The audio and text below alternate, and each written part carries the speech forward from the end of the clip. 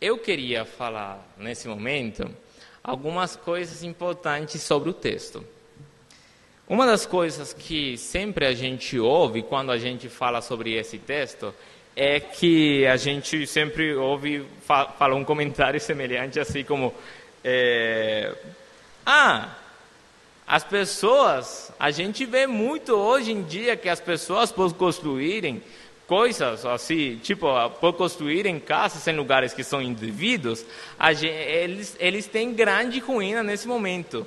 Logicamente que as pessoas têm ruína sim, mas eu queria falar nesse momento de que o texto é claro, falando de que o homem insensato, o homem que não construiu sua casa sobre a rocha, ele estava totalmente ciente do que ele estava fazendo. Se ele construiu a sua casa sobre a areia, ele construiu por tolice. Ele construiu totalmente ciente.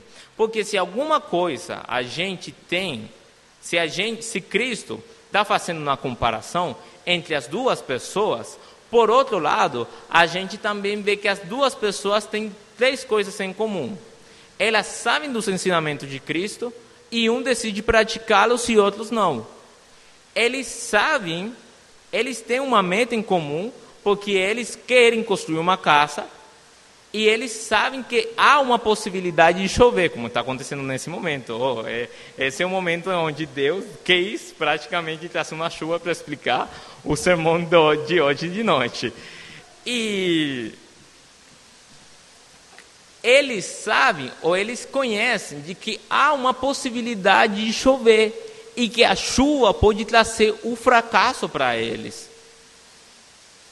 Então, a pessoa que construiu a casa sobre a areia é uma pessoa totalmente ciente do que ela está fazendo. Uma pessoa totalmente insensata do que ele sabe, de que pode acontecer, e ele continua fazendo errado. E o sermão de hoje, ele está construído a partir de dois desafios.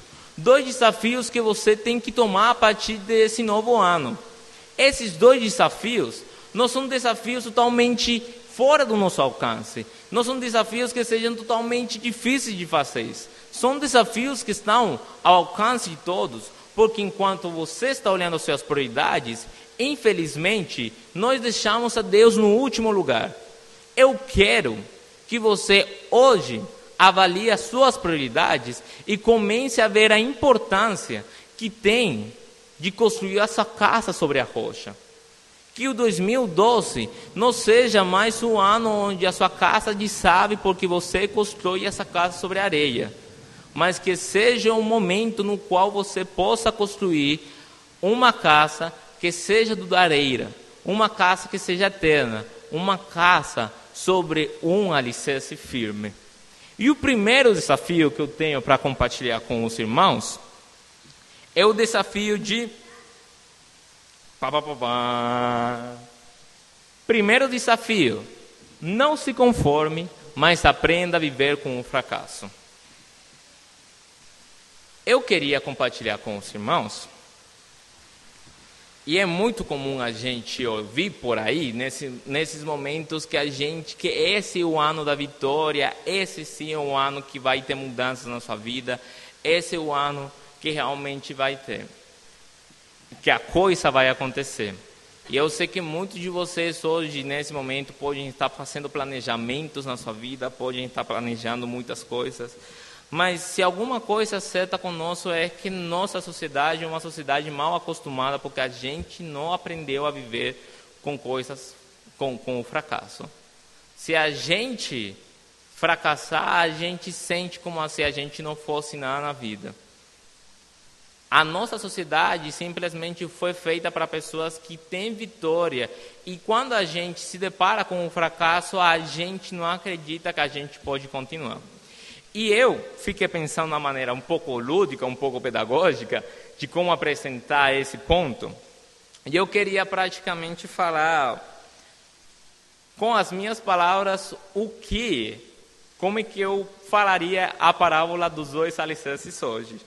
E eu imaginei uma cena de duas criancinhas na praia, E para efeitos pedagógicos, eu vou colocar essas duas criancinhas um time de futebol. Então, uma criancinha vai ser santista e a outra criancinha vai ser corintiana. E então, as duas criancinhas esse dia chegaram na Praia de Santos e as duas criancinhas estão, nesse momento, construindo uma casinha de areia, como as crianças costumam fazer na praia. E no momento que elas estavam construindo, uma veio para a outra e a criança santista fala assim: você vai ter que fazer a sua casa mais longe da água, porque senão a água vai vir e vai destruir tudo.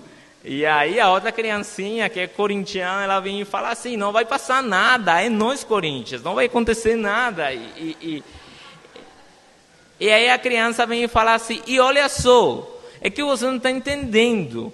Você está falando de que eu vou fazer uma casa, mas eu não vou fazer uma casa, não. Eu vou fazer o Itaquerão aqui. E quando eu fizer o Itaquerão, essa vai ser uma casa, essa vai ser uma construção que até a água vai ter medo dele. E aí aí a criança santista falou: tudo bem, faz aí, eu faço a minha casa. E aí a criança santista foi lá e fez a casa. Toda pessoa que fez casinha de areia na praia, sabe de que para que ela fique boa, ela tem que ter água. Então é muito mais fácil fazer a casinha de areia pertinho da água, porque a areia está molhadinha, né? Se você fizer longe, você vai ter que pegar a água na praia e vir até o local onde você está fazendo a sua construção, molhar a areia e aí passar a construir. Isso que acontece. Esse é o conduto regular sobre isso. Só que, infelizmente, como acontece em quase todas as histórias, aconteceu algo muito triste. A criança santista criou a sua casinha e o Itaquerão foi destruído completamente, porque a maré subiu, a água subiu e isso acabou tudo. Só que a história não acaba por aí, porque no dia seguinte as duas crianças se encontraram novamente na praia. E aí o corintiano, que estava um pouco cismado com o santista, porque ele sabia que o santista tinha razão, né? Ele ficou assim: é nós Corinthians. E ele ficou um pouco nervoso, porque o Itaquerão tinha ido para nada, tinha feito nada. Aí a criança corintiana veio e falou assim: você falou ontem do meu Itaquerão e veio água aqui, e aí acabou tudo, mas hoje eu vou fazer algo diferente. Aí veio a criança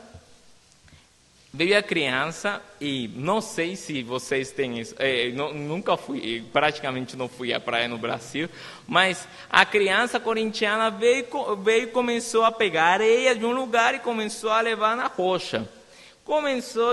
Veio e pegou a água e começou a levar também na rocha. E foi lá com as suas mãozinhas e começou a construir o Itaquerão. E olha lá, o Itaquerão foi o melhor Itaquerão e o único, talvez, que a gente vai ver. O melhor Itaquerão que se viu na praia possível. E a criança corintiana, no final, se deu bem, e a criança santista só ficou com a sua casinha. Mas isso é tudo totalmente lúdico. Qualquer semelhança é pura coincidência. Mas, por que eu estou falando isso? Porque as duas pessoas tinham a certeza de que a chuva viria, que os rios iriam transbordar, que poderia acontecer que viesse um momento no qual a casa poderia ser abalada. Porém, e olha lá, eu quero ser muito sincero com vocês. Isso não está explícito no texto, mas eu vejo totalmente no texto. A pessoa prudente é aquela que aprendeu com o seu fracasso. A pessoa prudente foi aquela que veio, fez a casa na areia e a casa foi para baixo. E ele no ano seguinte veio e fez a sua casa sobre a rocha. E até hoje está a sua casa. Eu fiz uma citação de um autor E eu queria lê-la nesse momento. A pedagogia de Deus, por intermédio do fracasso, da dor e do sofrimento, coloca-nos diante da nossa finitude e da nossa fragilidade, para então nos quebrarmos e dependermos dele. Quando a gente se depara com o fracasso, ainda que a gente não entenda de primeira vez, o fracasso é a maneira mais boa de aprender algo. Porque quando uma pessoa diz que você tem que aprender na marra, talvez seja a maneira mais interessante de você aprender. Infelizmente, a gente aprende apanhando. Mas, por outro lado, quando a gente apanha, quando a gente descobre que a gente não pode fazer as coisas sozinho, quando a gente descobre que nem tudo está sob nosso controle, a gente começa a depender. É quando a gente fracassa que a gente entende quanto que a gente precisa de Deus. É quando a gente dá errado que a gente entende que isso não é um trabalho para duas pessoas, é só um trabalho para minha pessoa e a ajuda de Deus. A pessoa mais fracassada na vida é a pessoa mais vitoriosa.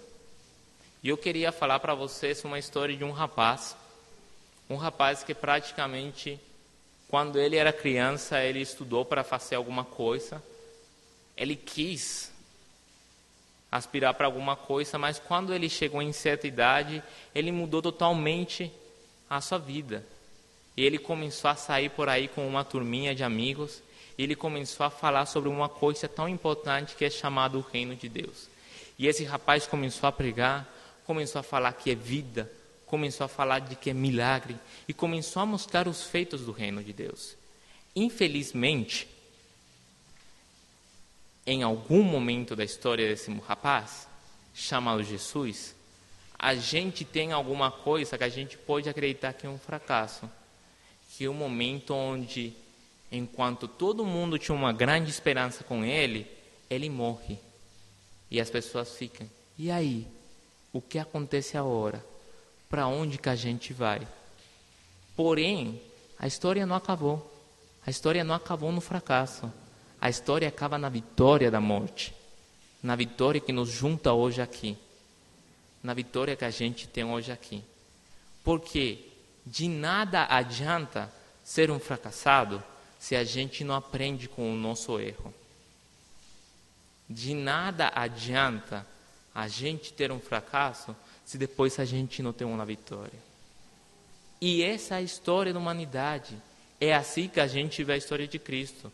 A história de uns que foram fracassados em algum momento, mas que por causa da vitória, da ressurreição, da vida de Cristo, hoje nós temos o prazer de ser vitoriosos.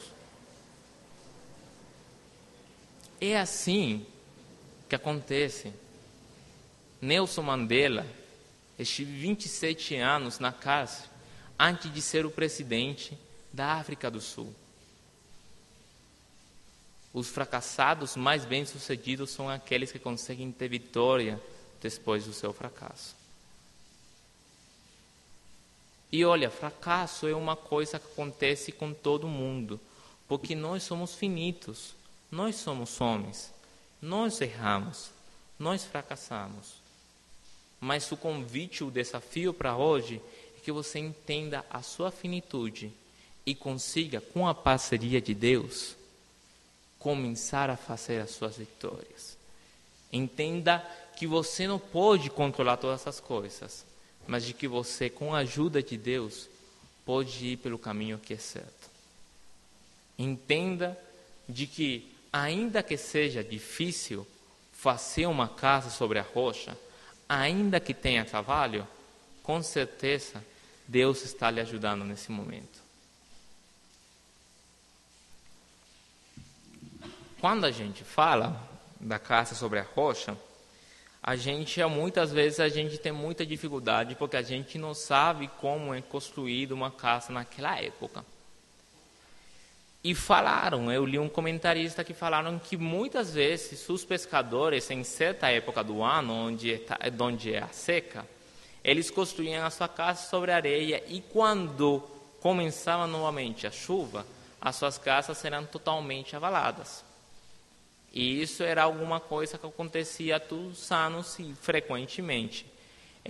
Algum dia um pescador teve uma grande ideia de que, em vez de fazer a casa sobre a areia, ele iria fazer a casa sobre a rocha.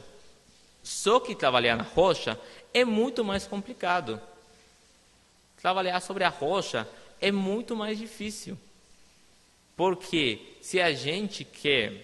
quando a gente vai acampar, a gente procura um terreno que seja totalmente plano, a gente tem que trabalhar sobre a rocha para que ela se torne totalmente plana, para que ela se torne habitável, para que a gente possa pisar nessa rocha.